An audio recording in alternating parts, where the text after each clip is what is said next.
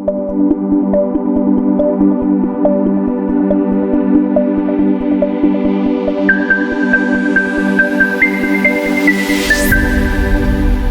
Students, pharmaceutical organic chemistry 3 जिसका subject code है BP401T, जो कि बेस्ड है AKTU B pharma second year semester 4 के सिलेबस पर। इसका जो 43 लेक्चर्स है वो मैं आप लोगों के लिए लेकर आया हूँ। इसके जो पहले के लेक्चर्स हैं उसमें हम लोगों ने यूनिट 1 से लेकर यूनिट 4 तक स्टीरियो आइसोमेरिज्म, जियोमेट्रिकल आइसोमेरिज्म और हेटेरोसाइक्लिक केमिस्ट्री के बारे में पढ़ा। और इस यूनिट में हम लोग बात कर रहे हैं रिएक्शन ऑफ सिंथेटिक इम्पोर्टेंट की। तो इस यूनिट में आप लोगों ने लेक्चर 39 में sodium borohydride, lithium aluminium hydride के बारे में, लेक्चर 40 में क्लेमेंसन एंड बर्च रिडक्शन के बारे में, लेक्चर 41 में वुल्फ किश्नर रिडक्शन के बारे में, और लेक्चर 42 में ओपनियर ऑक्सीडेशन और डेकिन रिएक्शन के बारे में स्टडी की। तो आज का जो लेक्चर्स है बहुत ही खास लेक्चर है और बहुत ही इम्पोर्टेंट लेक्चर्स है, और इसमें हम लोग बेकमैन रीअरेंजमेंट्स के बारे में बात करेंगे। तो चूँकि ये भी एक नेम रिएक्शन है और इसकी जो डिस्कवरर थे उनका नाम था अर्नेस्ट ओटो बेकमैन। तो अर्नेस्ट ओटो बेकमैन के नेम पर इस रिएक्शन को हम लोग बेकमैन रीअरेंजमेंट के नाम से जानते हैं। Therefore it is known as Beckmann rearrangement reaction. It is a chemical reaction expressed as a rearrangement of oxime functional group to substituted amide। Generally यहाँ पे rearrangement जो होता है, जो ऑक्साइम है ये कन्वर्ट हो जाता है एमाइड में, और जो इसका जो एसिड की प्रेजेंस में रिएक्शन होती है। while the cyclic oxime yielded lactam। तो जो नॉन साइक्लिक है वहाँ पे रीअरेंजमेंट होगा, ऑक्साइम एमाइड्स में कन्वर्ट होगा, और अगर साइक्लिक ऑक्साइम है तो ये लैक्टम्स में कन्वर्ट होता है। Oximes are prepared from the condensation of ketone aldehyde with hydroxylamine. अब क्वेश्चन ये उठता है कि ये ऑक्साइम आएंगे कहाँ के। तो किसी भी एल्डिहाइड या कीटोन की रिएक्शन हाइड्रोक्सिलेमिन से करा दी जाती है NH2OH से, तो ये आपका कन्वर्ट हो जाता है ऑक्साइम में। तो देखते हैं कुछ रिएक्शन। 2 स्टेप की बात करेंगे यहाँ पे। एक स्टेप में हम लोग बात करेंगे, पहले NH2 कीटोन या एल्डिहाइड की रिएक्शन कराएंगे हाइड्रोक्सिलेमिन से।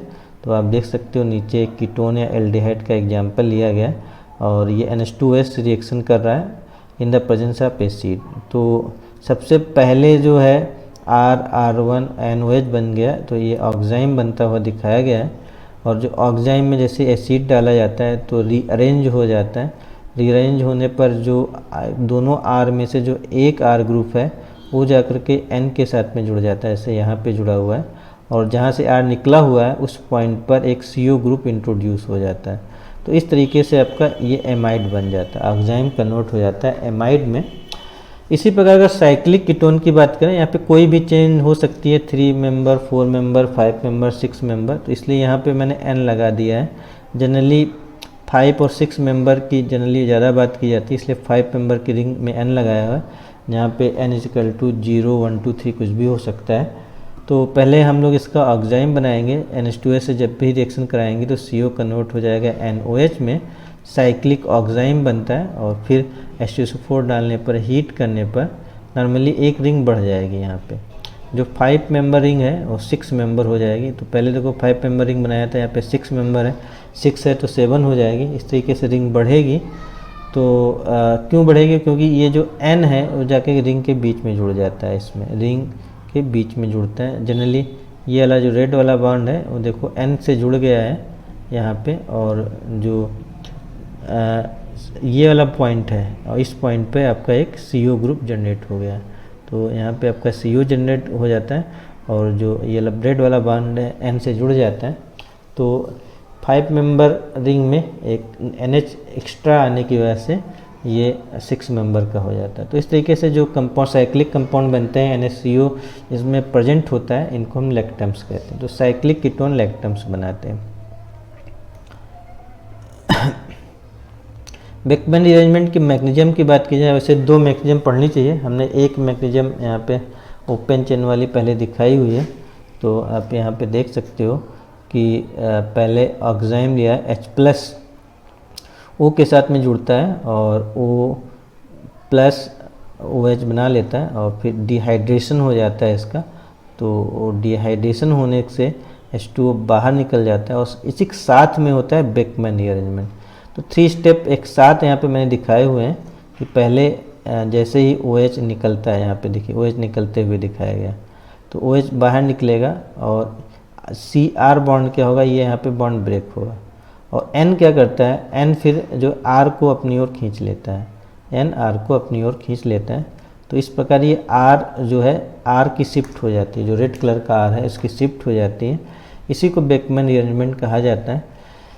तो फिर क्या होता है, साथ में जो N के ऊपर प्लस चार्ज भी रहेगा, यहाँ पे ट्रिपल बॉन्ड है, क्वार्टनी साल्ट बन गया। इसको हम नाइट्रिलियम आयन के नाम से जानते हैं। इस चार्ज को ख़त्म करने के लिए एक डबल बॉन्ड फिनिश हो जाता है, डबल बॉन्ड आ जाता है और कार्बन पर बन जाता है प्लस चार्ज। इस प्लस चार्ज जैसे बनता है, वाटर मॉलिक्यूल आकर के इसके साथ में जुड़ जाता है और जुड़ने के बाद हाइड्रोजन, एक हाइड्रोजन बाहर निकाल लेता है, तो प्रोटॉन बाहर निकल जाता है, जिससे यहाँ पे OH बनता है। फिर नेक्स्ट स्टेप में हाइड्रोजन का टेट्रामेरिज्म होता है, तो CH-OH बॉन्ड ब्रेक होता है और H शिफ्ट होकर के चला जाता है नाइट्रोजन के ऊपर। इस तरीके से एमाइड बन जाती है। क्लोज चेन में देखें तो सेम मैकेनिज्म वैसे ही रहेगी, बस थोड़ा कन्फ्यूजन होता है, इसलिए दोनों मैकेनिज्म हमने यहाँ पे बनाई हुई हैं। तो जो आपका OH है, OH H plus cyclic oxime, पहले वैसे जैसे ऊपर था जुड़ा हुआ था, यहाँ पर भी OH के साथ में जुड़ जाता है, ऊपर प्लस चार्ज आता है। बेकमैन रीअरेंजमेंट होता है, आप देख सकते हो NO बॉन्ड यहाँ पे ब्रेक होगा, ये बॉन्ड ऐसे ब्रेक होगा और जो ये रेड वाला बॉन्ड है यहाँ से ये बॉन्ड ब्रेक होगा, तो और ये ब्रेक हो करके N के बीच में ट्रिपल बॉन्ड आ जाएगा यहाँ पे। और साथ में जब ब्रेक होगा, नाइट्रोजन क्या करेगा, इस वाले जो ये जो कार्बन है इसके साथ में यहाँ पे जुड़ जाएगा। तो आप देखते हो यहाँ पे एक N रिंग में बढ़ जाएगा, जो 5 मेंबर रिंग थी वह 6 मेंबर रिंग हो जाएगी यहाँ पे, और नाइट्रिलियम आयन बनता है, साइक्लिक नाइट्रिलियम आयन बनता है।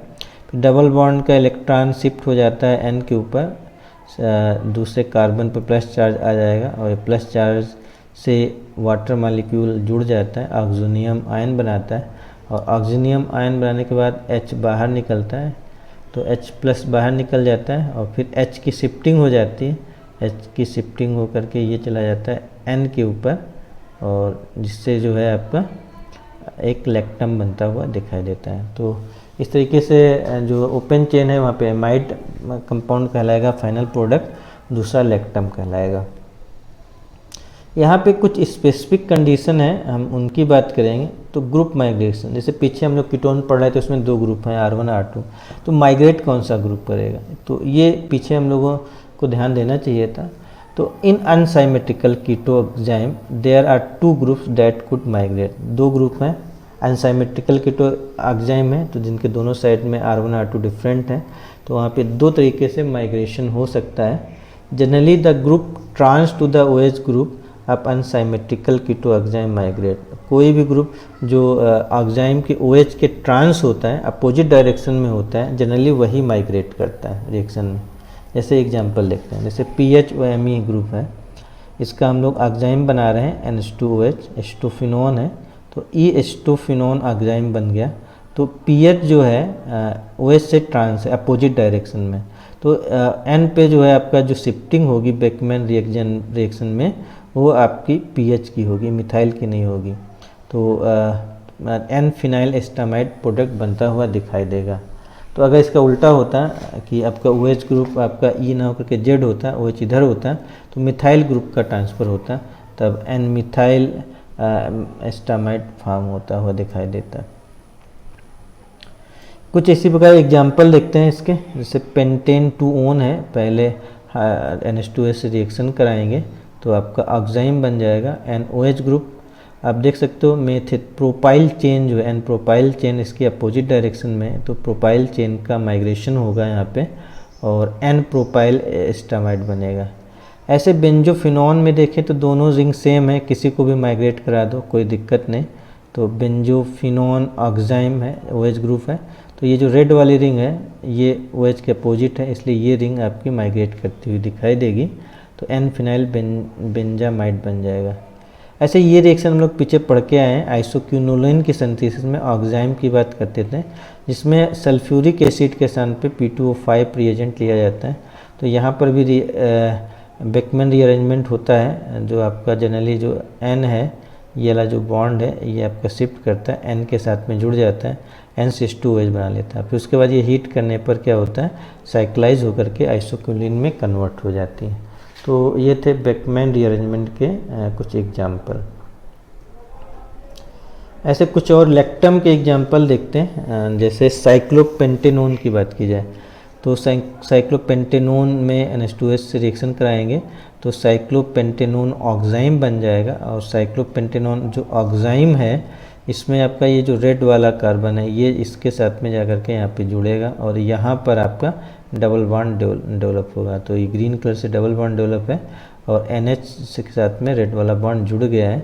तो साइक्लोपेंटेनोन बेकमैन रीअरेंजमेंट के बाद में पिप्रिडीन टू ओन बना लेता है, पिप्रिडीन टू ओन में कन्वर्ट होता है। ऐसे अगर हम लोग साइक्लोहेक्सेनोन से रिएक्शन कराएं तो आपका साइक्लोहेक्सेनोन ऑक्साइम बनेगा और इसमें रेड वाला जो बॉन्ड है ये आपका यहाँ पे शिफ्ट होता हुआ दिखाई देगा in the presence of a acid.